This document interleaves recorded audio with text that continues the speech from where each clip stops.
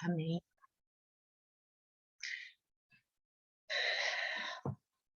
Glória a Deus. Saudade, né, dos louvores.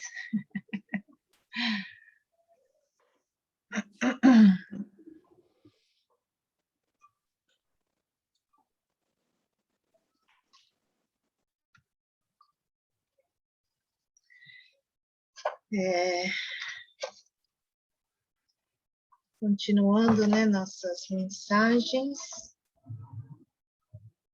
Hoje vamos falar sobre isso. Tudo aquilo que pode ser abalado, será abalado.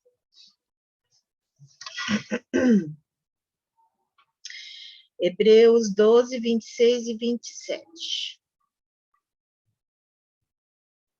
Se alguém puder ler. Não esquece de ligar o microfone.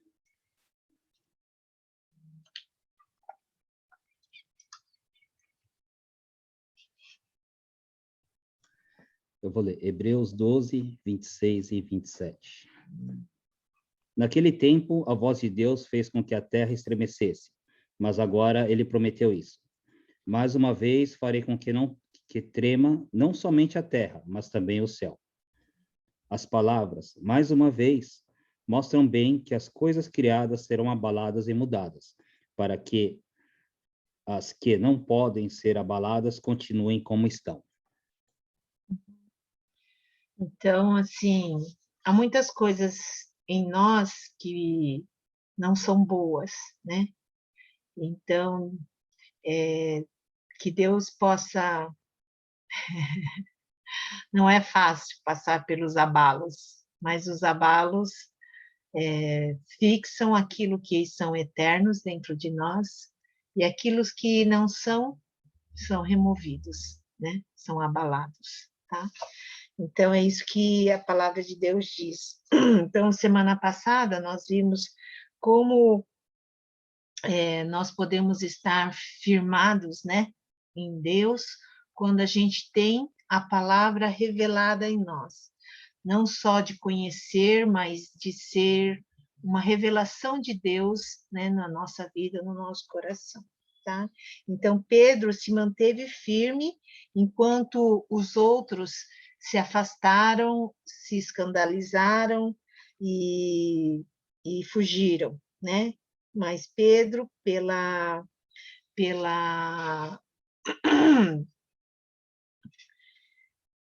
revelação que Deus fez a ele, ele pôde experimentar, né? Estar fundamentado, tá? E então, hoje, a gente vai ver mais um teste que Pedro passou quando Jesus foi traído.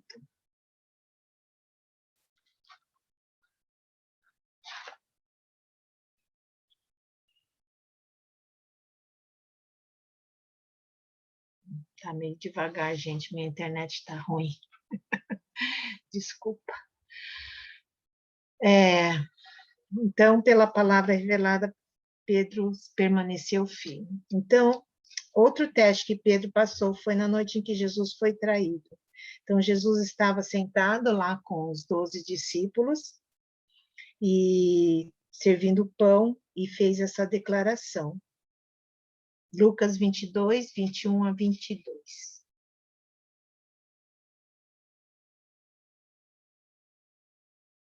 Pode ler.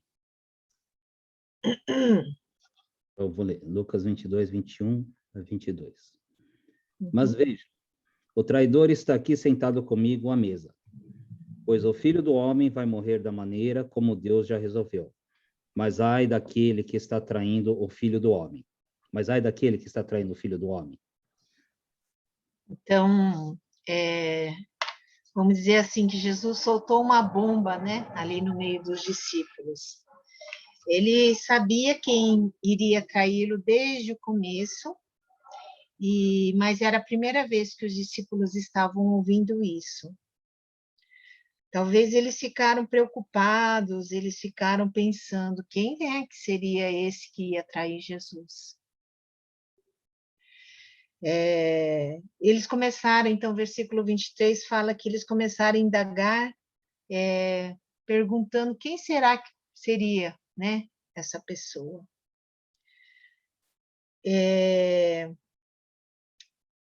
Eles estavam assim em choque, talvez, né? Como alguém poderia atrair Jesus, que era uma pessoa tão boa, que veio para trazer cura, trazer salvação, né? Eles andando junto com Jesus, a gente pode pensar assim, nossa, eles estavam preocupados, né, com isso. Mas aí a gente vê que a motivação deles não era muito boa. Versículos 24. Pode ler, Vini. Que ainda está aberto? Tá, versículo 24. Os apóstolos tiveram uma forte discussão sobre qual deles deveria ser considerado o mais importante. A preocupação deles não estava que Jesus ia morrer, Jesus ia ser entregue lá, né, para ser julgado. A preocupação deles, olha lá, que egoístas.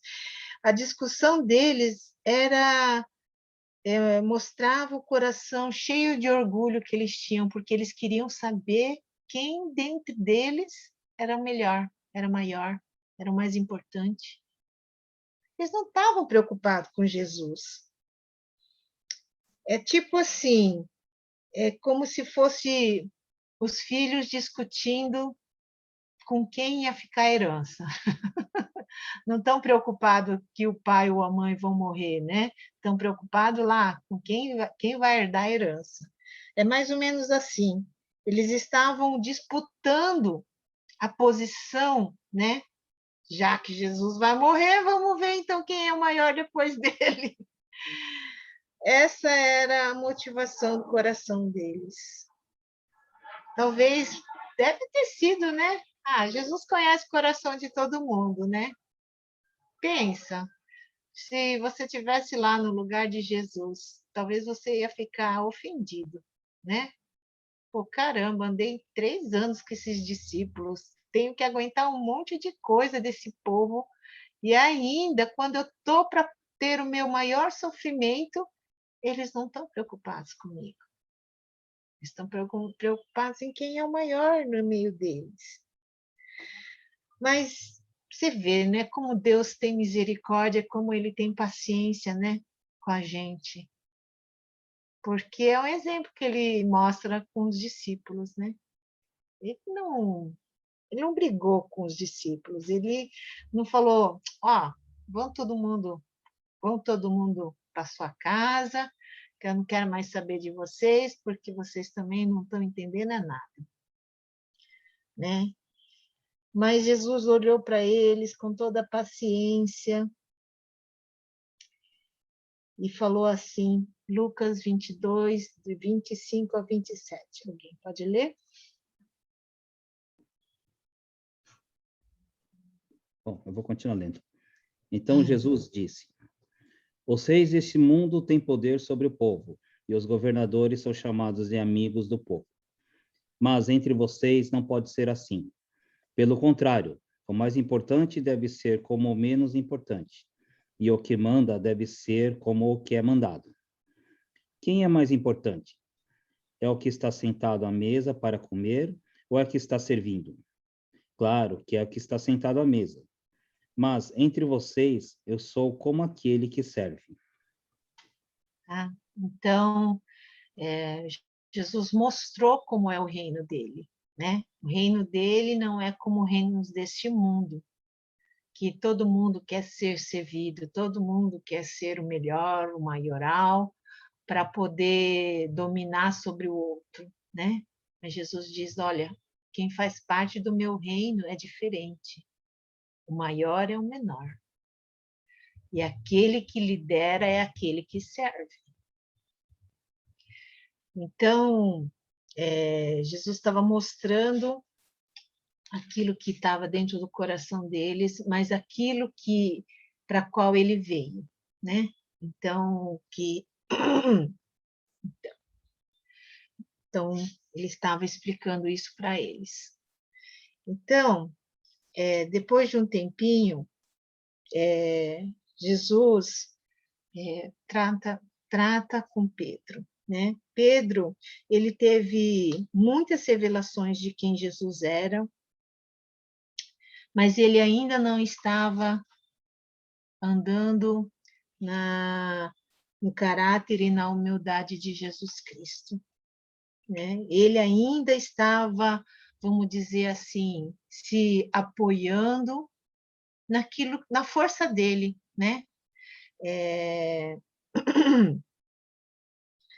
E Paulo, ele nos adverte para a gente tomar cuidado de não fazer esse fundamento fora de Cristo, tá? Então, 1 Coríntios 3:10. Eu vou ler 1 Coríntios 3:10. Conforme a graça de Deus que me foi concedida, eu, como sábio construtor, lancei o alicerce, e outro está construindo sobre ele. Contudo, veja cada um como constrói. Desculpa. Tudo bem. Então, Paulo falou, né? A gente tem que construir um fundamento em Cristo Jesus. Cuidado para você não estar construindo nas suas obras, no seu status, na sua família, né? A gente pode cair nesse erro, né? Às vezes a gente esquece, né? Esquece que o mais importante é a gente estar fundamentado em Cristo. Então, Deus permite algumas tribulações que a gente chama de peneiramento ou ataques do inimigo para ver aquilo que está no nosso coração, para ver se não tem nada, né, fora daquilo que deveria ser. Então, talvez Pedro, né, a gente pensa nele, ele era uma pessoa meio explosiva, ele tinha um temperamento forte, né? E talvez eles estivessem construindo na sua própria força, né? Mesmo que ele não estivesse consciente disso. 1 João 2,16.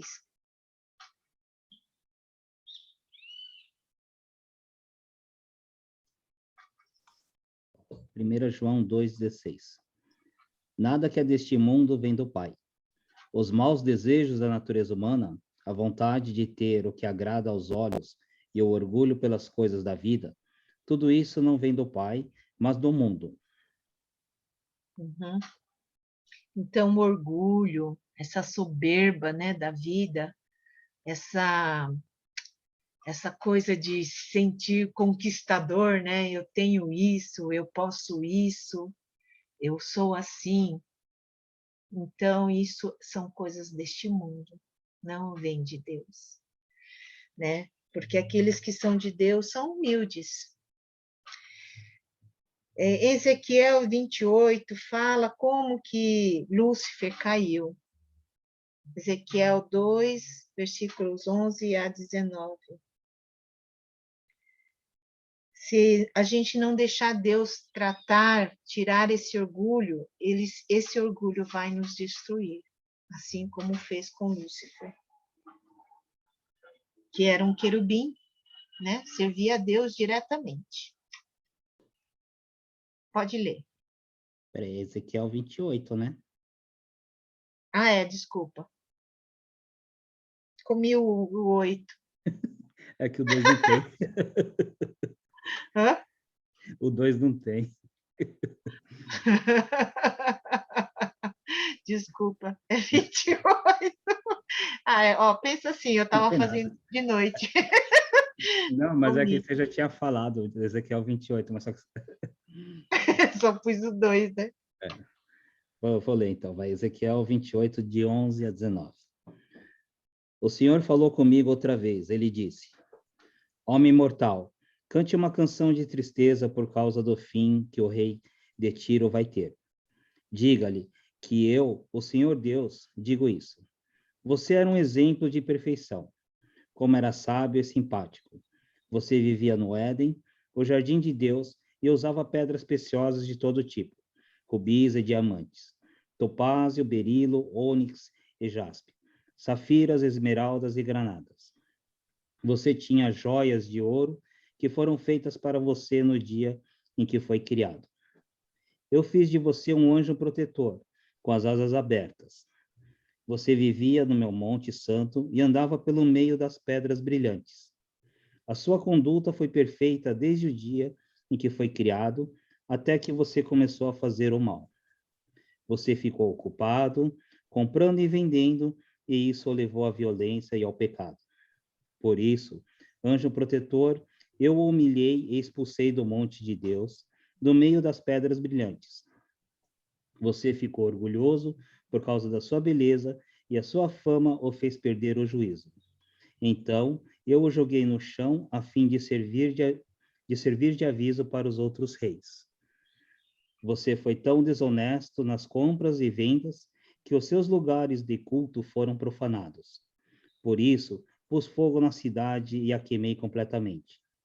Todos que agora olham para você estão vendo que você virou cinzas. Você está acabado para sempre, e todas as nações que o conheceram estão apavoradas com medo que aconteça a mesma coisa com elas. Uhum. Então, é uma coisa sutil, né? Às vezes a pessoa não percebe que ela está se gabando, está se achando, e isso é um motivo para a queda, infelizmente.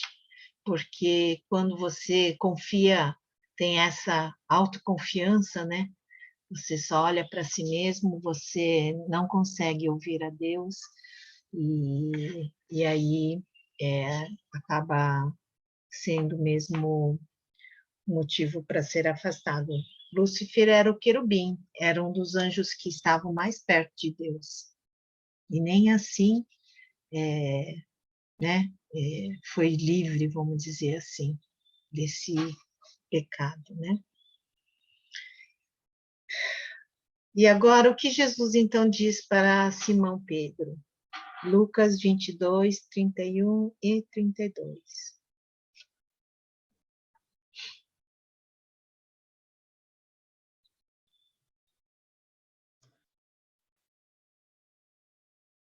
Vamos lá. Lucas 22, 31, 32. Jesus continuou: Simão, Simão, escute bem. Satanás já conseguiu licença por vocês à prova. Ele vai peneirar vocês como o lavrador peneira o trigo, a fim de separá-lo da palha. Mas eu tenho orado por você, Simão, para que não lhe falte fé. E, quando você voltar para mim, anime os seus irmãos.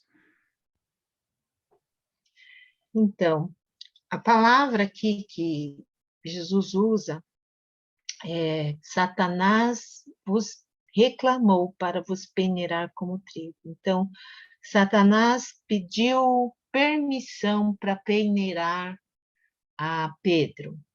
Esse peneirar vem da palavra cineaso, grego, tá? Que significa peneirar, sacudir, provar a fé de alguém por meio de uma agitação interior até as margens da destruição.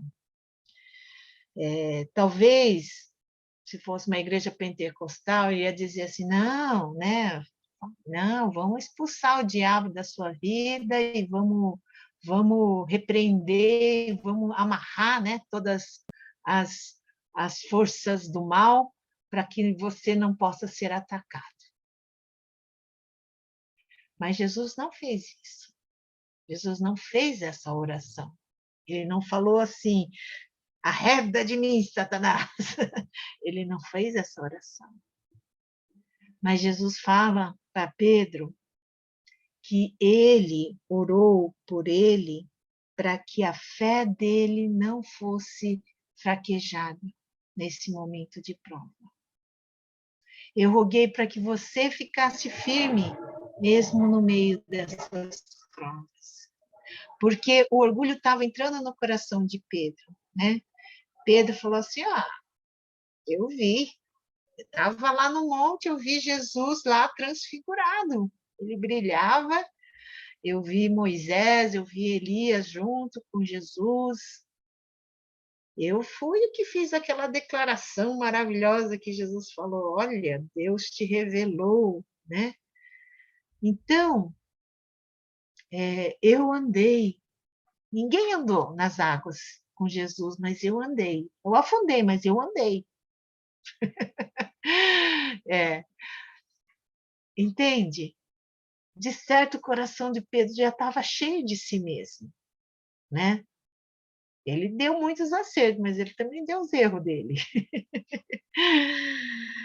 E Jesus, então, permitiu que houvesse essa prova. Às vezes a gente fica pensando, a gente está servindo a Deus, nós estamos confiando, nós estamos buscando ao Senhor, mas estamos tendo tanta prova. Você já sentiu assim? Nossa, por que está acontecendo essas coisas? Deus permite o peneiramento para que nós possamos ser tratados, para que nós possamos ser purificados, para que as nossas intenções, as nossas motivações possam ser corretas. E que às vezes a gente não percebe, né? Que às vezes a gente está indo para um caminho que não é bom. Então, aqui, esse autor desse livro que eu estou seguindo, ele fala assim que a esposa, Deus falou com a esposa 5 propósitos para que ele faz para sacudir, né, uma pessoa, né, que ele permite esse peneiramento.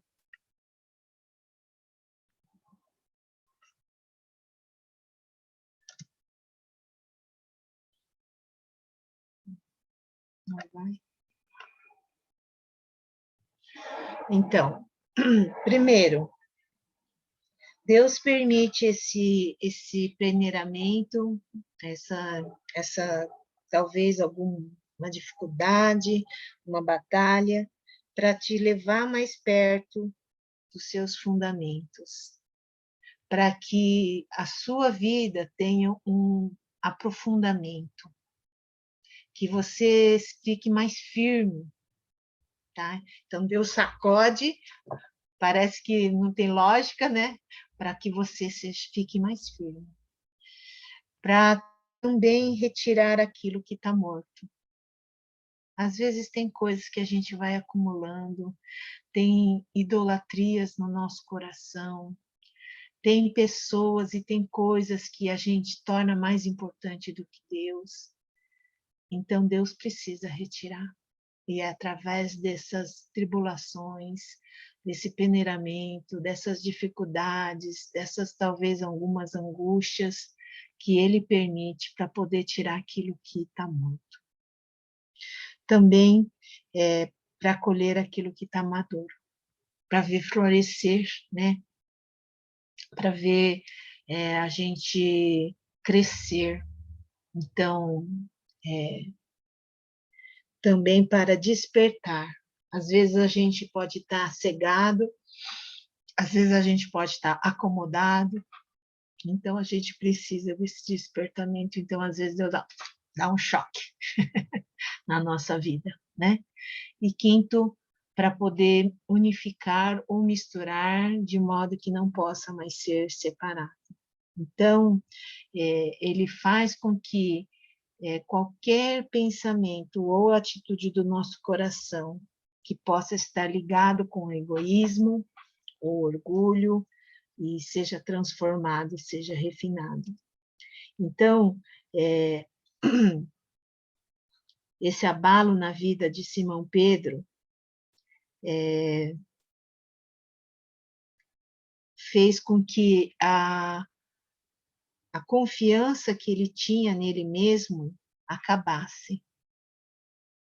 E tudo o que ele tinha só tinha que ser esse fundamento de Deus.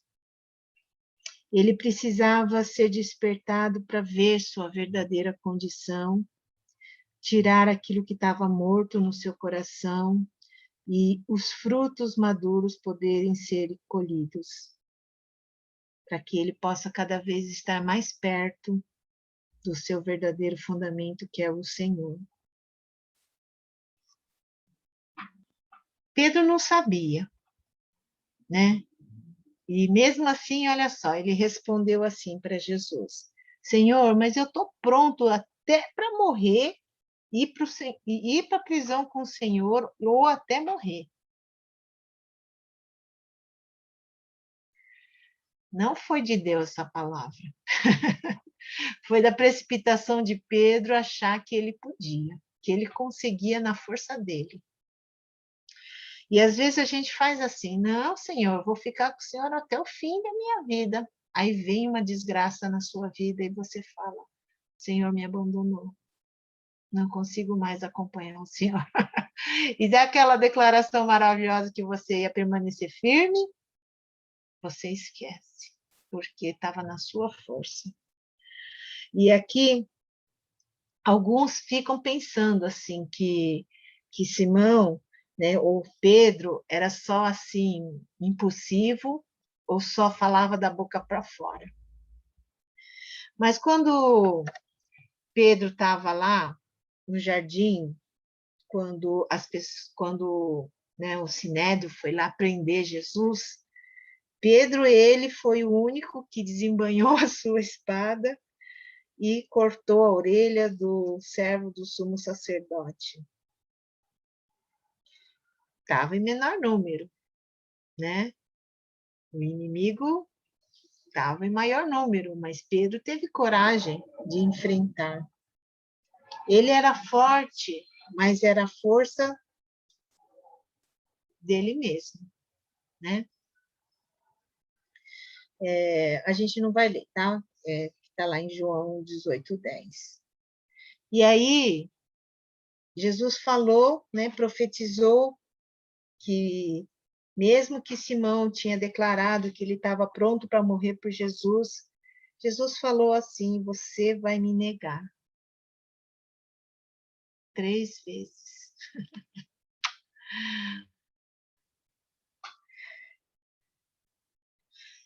Aí aconteceu exatamente assim. Não foi os soldados que intimidaram Pedro, lembra? Pedro estava ali no meio da fogueira, acompanhando Jesus sendo preso, e foi uma serva que chegou para Jesus e falou: você também é um deles. E ele ficou com medo dessa pequena serva. Olha o fortão do Pedro, agora amarelou. E ele negou Jesus. E negou mais 2 vezes. Alguns acham que as grandes coisas é que fazem os homens tropeçarem, mas no geral são as coisas pequenas que nos abalam mais, porque a gente está confiando na nossa própria força, na nossa autoconfiança, né? E Pedro, ele confiou nisso, naquilo que ele conseguia fazer. E ele negou Jesus 3 vezes. E quando o galo cantou, ele lembrou da palavra de Jesus. E aquilo entristeceu demais. Fala que ele saiu e chorou amargamente. Então, Pedro foi abalado em toda a sua autoconfiança e achou que talvez nunca mais pudesse se levantar novamente.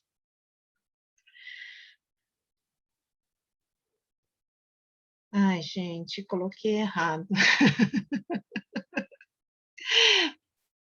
É Pedro e Judas, né? É Simão, Pedro e Judas. Eu coloquei Pedro e Simão, é a mesma pessoa, então eles eram semelhantes mesmo. Mas Simão, Pedro e Judas, eles eram muito semelhantes em várias coisas. Ambos, eles rejeitaram Jesus nos últimos dias, mas tinha uma diferença entre os dois, tá? Judas, ele nunca quis conhecer Jesus verdadeiramente. Olha, ele andou também 3 anos com Jesus. Ele não quis ficar fundamentado em Jesus. Parecia que ele amava Jesus, que já que ele deixou tudo para seguir a Jesus, né? Ficou até chegar à perseguição. Ele expulsou demônios, curou enfermos, pregou o evangelho, mas os sacrifícios dele, de Judas, não tinham origem no amor por Jesus, nem na revelação de quem ele era. Judas tinha sua própria agenda desde o começo. Ele nunca se arrependeu dos seus motivos egoístas. O seu caráter foi revelado. Vamos ver lá, Mateus 26, 14.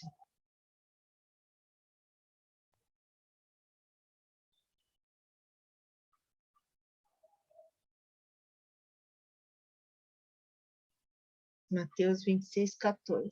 Alguém pode ler?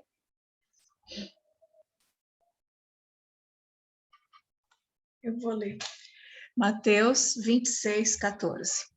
Então, um dos 12, chamado Judas Iscariotes, dirigiu-se ao chefe dos sacerdotes.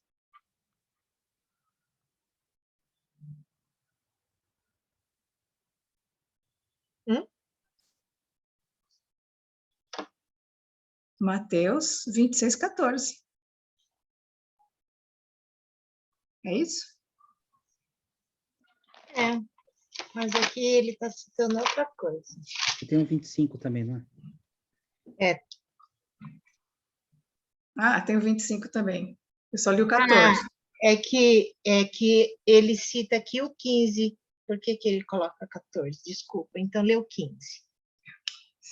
Menina do céu, pera lá.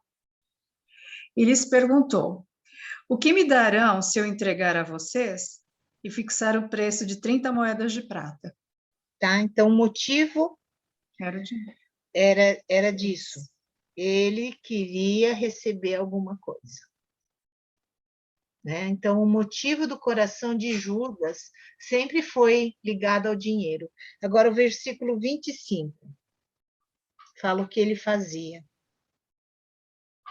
Não. É para ler? Pode ler.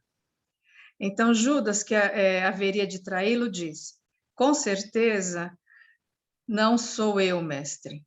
Jesus afirmou: sim, é você. Porque aqui fala assim, ele percebeu que era ele mesmo, né? Porque ele era ele. Como assim? Né? Era ele que estava atraindo mesmo por 30 moedas de prata. Ele mentiu e bajulou, né, para ter vantagem.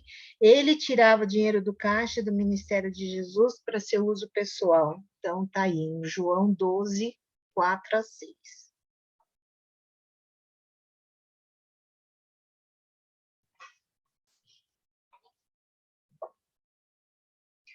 João 12, 4 a 6.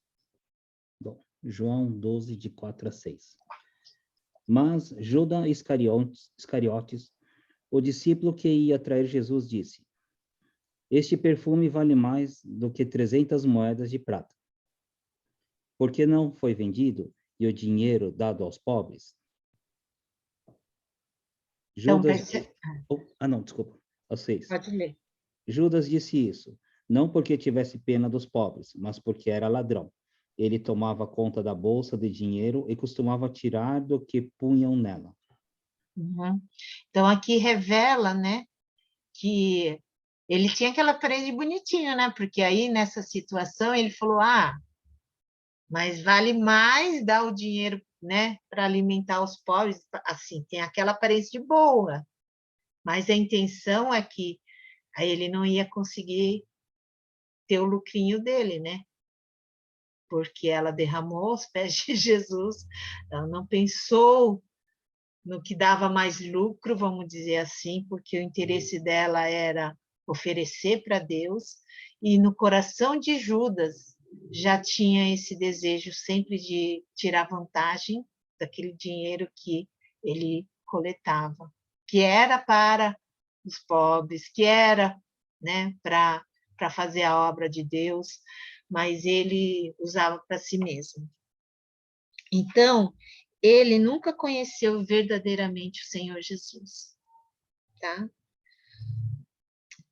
Ambos lamentaram quando o que aconteceu com Jesus, né? Ele lamentou, mas a Bíblia fala que ele teve remorso, ele não se arrependeu. O Judas. Ele teve tanto remorso que ele foi lá e devolveu as moedas. Vê ali, Mateus 27, de 3 a 5.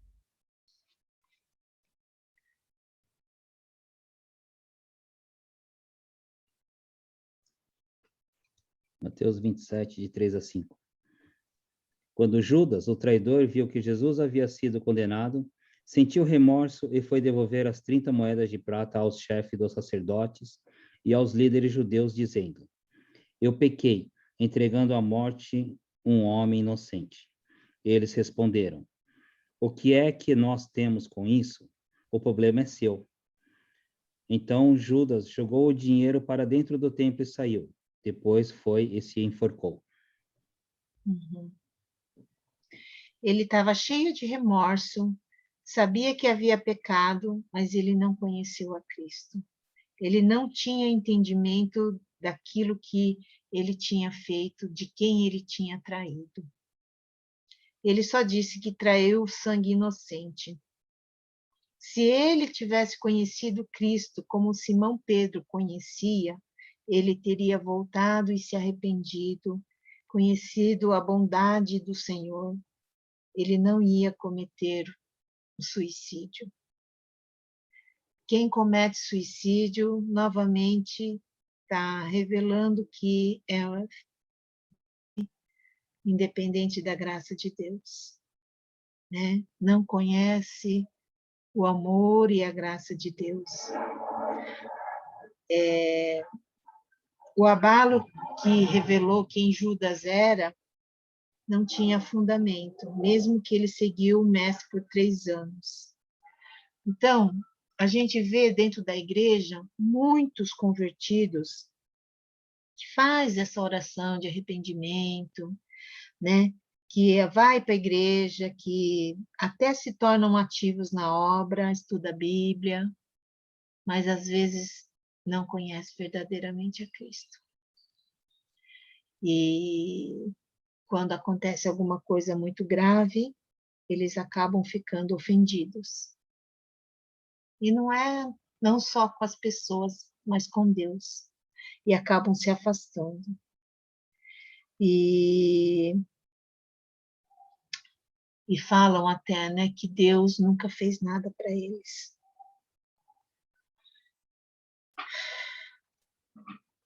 Nessa pandemia, muitos cristãos ficaram deprimidos, né?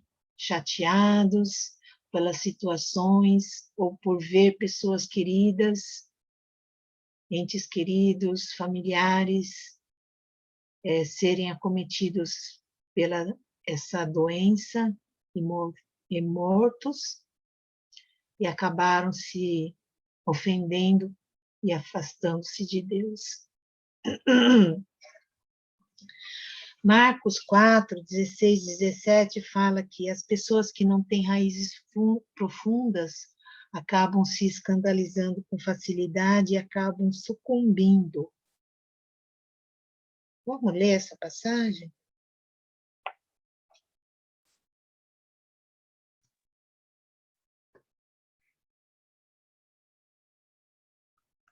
Eu vou ler Marcos 4, 16 e 17. Outras pessoas são como as sementes que foram semeadas onde havia muitas pedras. Quando ouvem a mensagem, elas as aceitam logo com alegria. Mas depois de pouco tempo, essas pessoas abandonam a mensagem, porque ela não criou raízes nela. E, quando por causa da mensagem chegam os sofrimentos e as perseguições, elas logo abandonam a sua fé. Elas abandonam, elas sucumbem, elas se ofendem, porque não tem fundamento. Em que, então, nós temos que estar arraigados, né? A gente falou da revelação da palavra de Deus na semana passada, e qual fundamento hoje a gente precisa estar arraigados. Efésios 3, 16 a 18.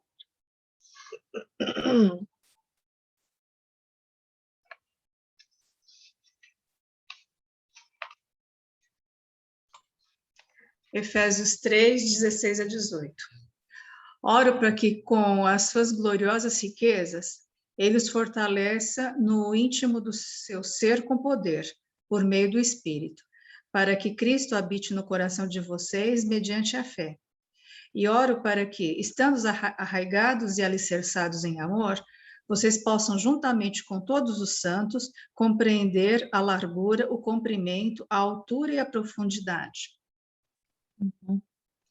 Então, nós temos que estar arraigados e alicerçados em amor, no amor a Deus, no amor ao próximo. Esse é um amor que em João 15, 13 fala que ninguém tem amor maior do que este, dar a alguém a própria vida em favor dos seus amigos. Então, a gente não pode entregar as nossas vidas a alguém que a gente não confia, que a gente não ama, né? Então, não podemos entregar as nossas vidas a Deus se não conhecermos o bastante para confiar nele. Precisamos conhecer e confiar, que ele entender, né, a natureza e o caráter de Deus. E precisamos ter essa certeza de que ele nunca vai fazer nada para nos prejudicar. Tudo que Deus faz para nós é para o nosso bem, né? Que às vezes pode até parecer uma decepção para nós, né? Mas todas as coisas, a palavra de Deus diz, coopera para o bem daqueles que amam a Deus. Se a gente não perder a fé, a gente vai poder perceber que, na verdade, é Satanás que quer destruir as nossas vidas. E Deus permite, né, todas essas tribulações, esses abalos, para que a gente entre nesse processo de purificação, para que a gente possa ser tratados, para que a gente possa ser transformados. Uma das armas de Satanás, né, é fazer com que a gente duvide do caráter de Deus, tá? Então, Satanás, ele é muito astuto, né, de perverter essa nossa percepção. Então, Gênesis foi a forma como ele fez com Eva, né? Ele fez ela duvidar do caráter de Deus. Gênesis 3:1.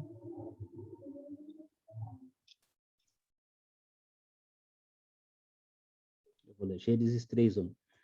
A cobra era o animal mais esperto que o Senhor Deus havia feito. Ela perguntou à mulher: é verdade que Deus mandou que vocês não comessem as frutas de nenhuma árvore do jardim? Olha só, Deus tinha falado para eles o seguinte: pode comer de tudo que está aqui, só não pode comer da árvore do conhecimento do bem e do mal. Porque a hora que vocês comerem, vocês vão morrer.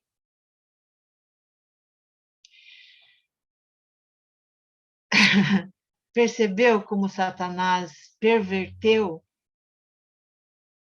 Deus não falou que não podia comer de todas as árvores.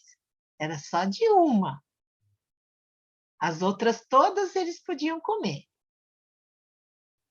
Mas aí a cobra safadinha veio falar para Eva assim: Deus falou que você não comer nenhum,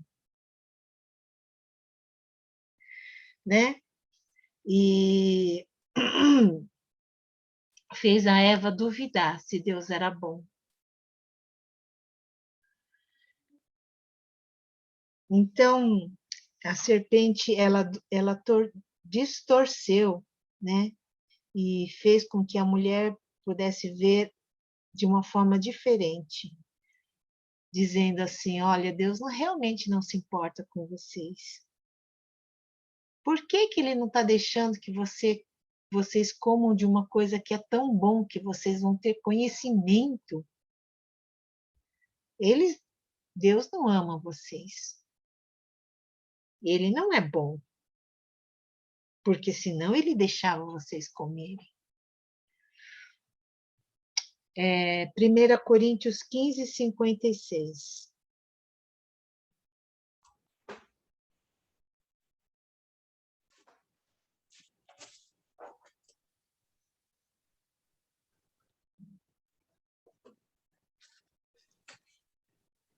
Primeira Coríntios 15, 56. O que dá à morte o poder de ferir é o pecado. Não, é o pecado. E o que dá ao pecado o poder de ferir é a lei. Tá? Então, o desejo de pecar veio porque a palavra de Deus já não era vida, mas era lei, era pesado, né? Não era legal, não era prazeroso. E aí, esse desejo de pecar veio por causa dessa lei, né? Então, o inimigo continua querendo distorcer, perverter o caráter de Deus aos olhos dos seus filhos. Ele usa, infelizmente, todas as autoridades sobre nós, pais, professores, patrões, governantes, que são egoístas, que talvez não tenham amor, que não foram autoridades boas para nós, fazendo com que a gente distorcesse essa visão de pai de Deus, né? Daquele pai que ama, do caráter dele, que se importa, que cuida de nós. Então, ele usa isso através dos nossos pais terrenos, ou das autoridades que Deus coloca na nossa vida, que são como figuras de autoridade na nossa vida, que acabam distorcendo essa visão do caráter de Deus, dessa bondade, do cuidado dele. Mas em Malaquias 4:6 fala que quando Jesus voltar, ele vai converter o coração dos pais aos filhos. Ou seja, ele vai novamente trazer cura e restauração nesses relacionamentos que estão machucados e feridos, né? Então, Deus jamais vai nos ferir ou nos destruir. Tudo o que Ele faz na nossa vida é para o nosso melhor, né? Se você se entregar a Deus, né? E aprender, né? E descobrir o seu caráter, conhecer, você jamais vai ser abalado. Então, vamos ler essa passagem de Hebreus 11, 35 a 39.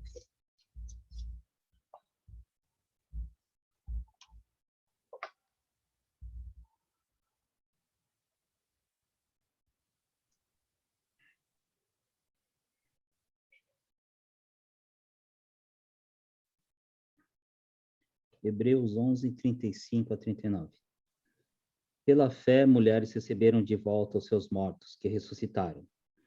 Outros foram torturados até a morte. Eles recusaram ser postos em liberdade a fim de ressuscitar para uma vida melhor. Alguns foram insultados e surrados, e outros acorrentados e jogados na cadeia.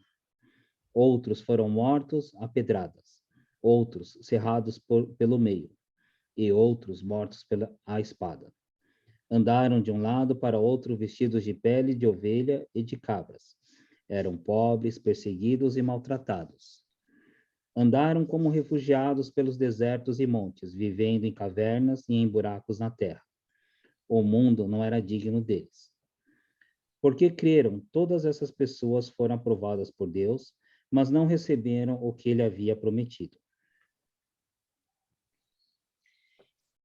Essas pessoas, olha só, passaram por várias coisas, né? Por coisas difíceis.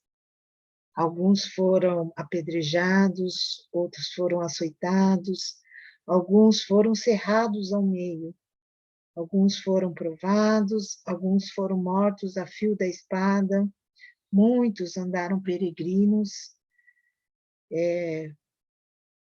eram pobres, necessitados, afligidos, maltratados, não tinha nenhuma casa, vivia na cova, nos buracos, né? Ele fala aqui. Mas todos eles tiveram bom testemunho da sua fé. Mas olha o interessante, eles não tiveram a concretização da sua promessa, da promessa de Deus na vida deles.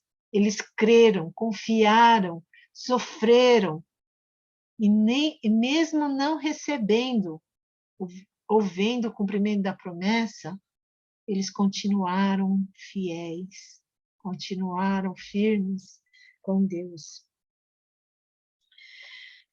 Nada pôde abalá-los. Se a nossa vida está ligada com Deus, se a nossa vida está arraigada em Deus, pode vir tempestades, pode vir dificuldades, pode vir fome, pode vir dores, mas nossa fé não será abalada.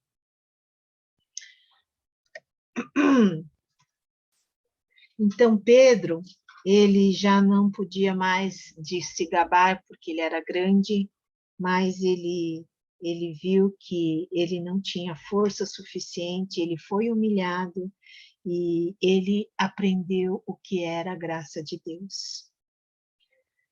1 Pedro 5:5.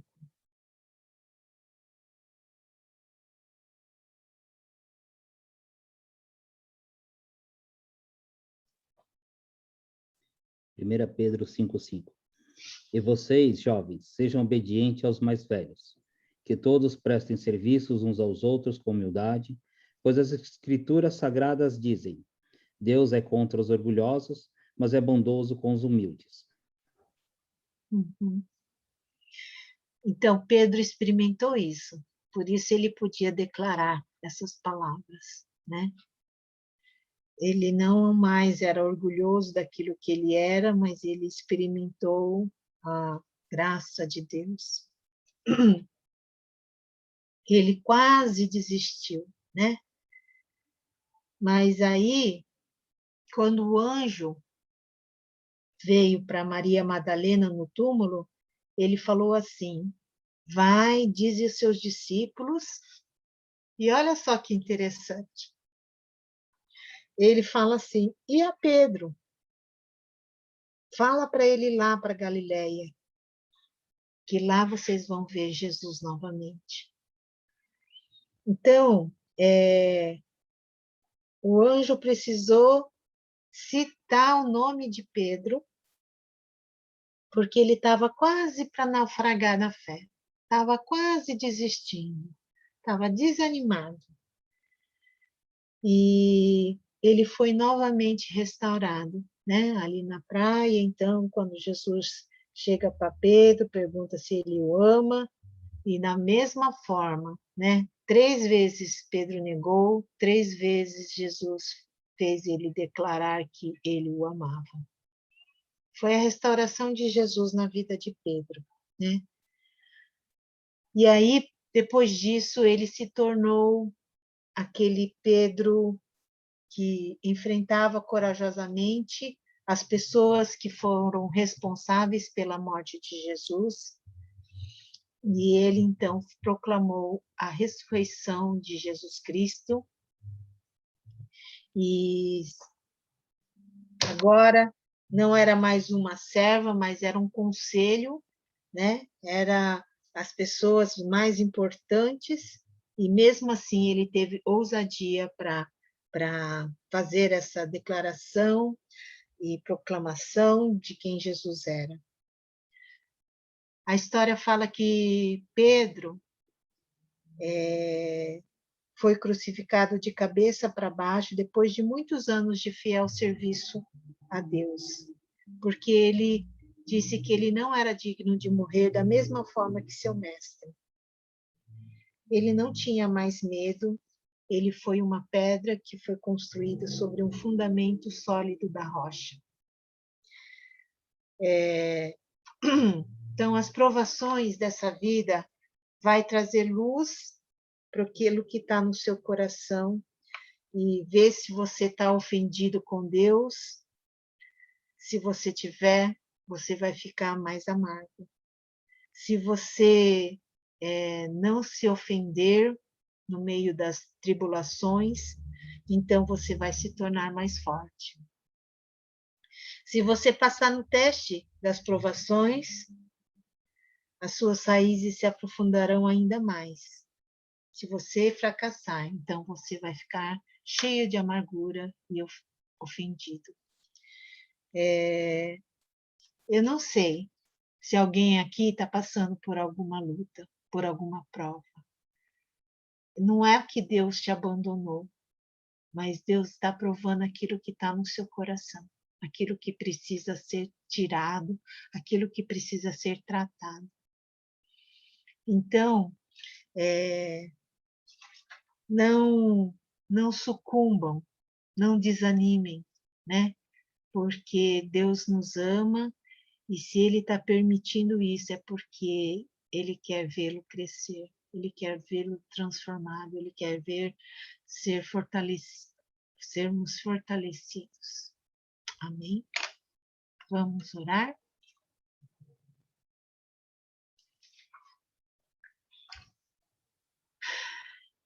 Senhor, sei que é tão difícil quando a gente passa pelas provas.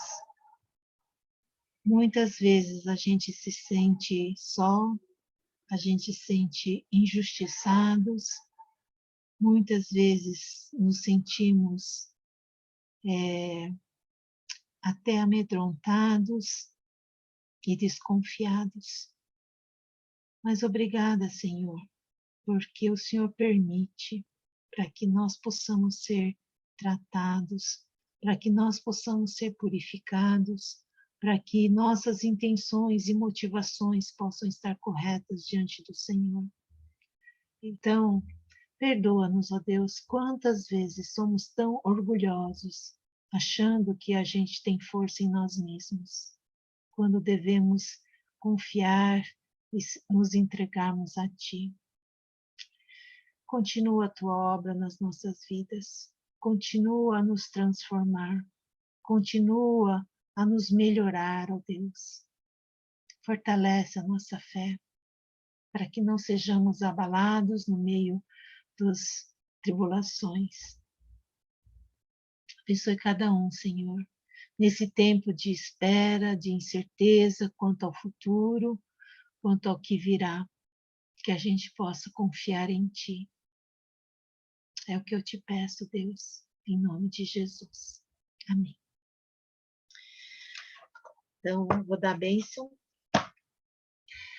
Que a graça do nosso Senhor Jesus Cristo, o amor de Deus Pai, a comunhão e a consolação e a força do Espírito Santo esteja com todos vós e com todo o povo de Deus, hoje e para sempre. Amém. Amém.